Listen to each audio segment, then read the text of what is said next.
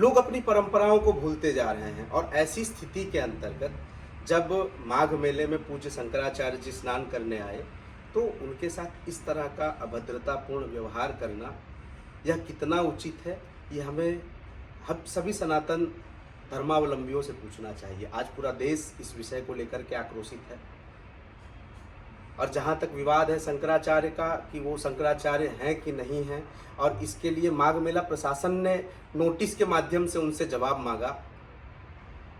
क्या देश की एक महान परंपरा, शंकराचार्य जी की महान परंपरा, आज़ादी के अनेकों वर्षों पहले की एक परंपरा, और प्रशासन के द्वारा एक शंकराचार्य से प्रमाण मांगना यह कितना उचित है?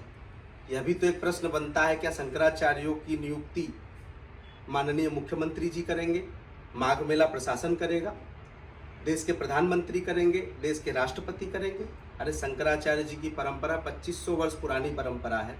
4 पीठों की स्थापना हुई और चारों 4 पीठ अपने अपने कार्यों को खूब सुंदर तरीके से कर रहे हैं।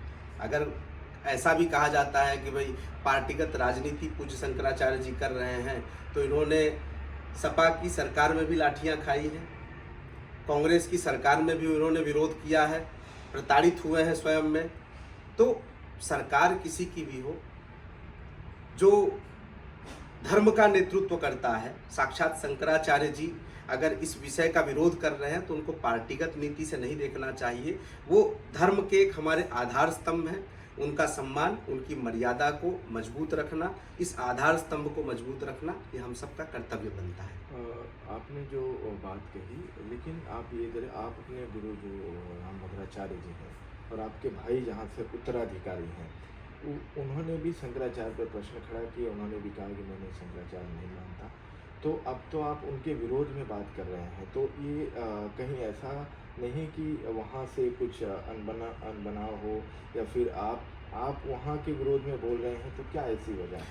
भाई भाई का जो संबंध होता है वो खून का एक संबंध होता है।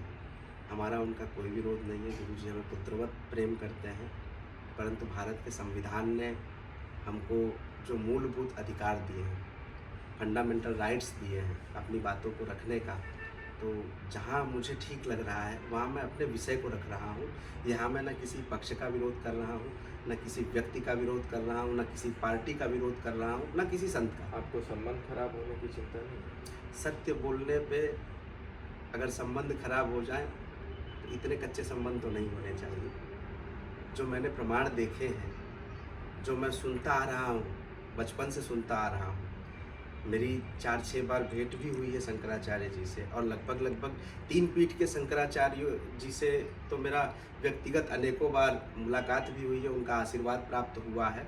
तो जो मैंने देखा है कि, और आपको बता दूं इस विषय में विशेष जानकारी थोड़ा सा दे दूं कि 12/9/2022 को पूज्य शंकराचार्य जी का पट्टाभिषेक हुआ।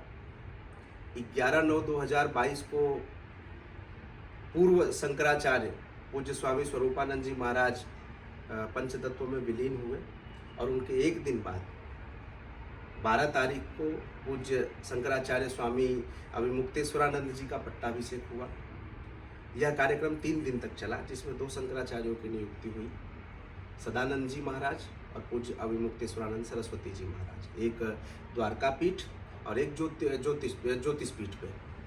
तो दोनों नियुक्तियां, दोनों पट्टाभिषेकों के बाद देश के अनेक राज्यों के राज्यपालों ने, स्वयं आनंदीबेन पटेल उस समय राज्यपाल थी, वर्तमान में भी वही राज्यपाल है, उन्होंने भी एक शुभकामना संदेश शंकराचार्य जी को संबोधित करते हुए दिया।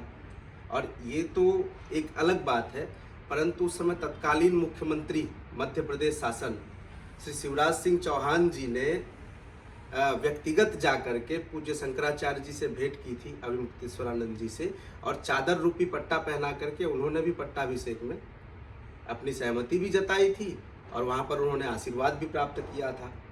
और जहाँ तक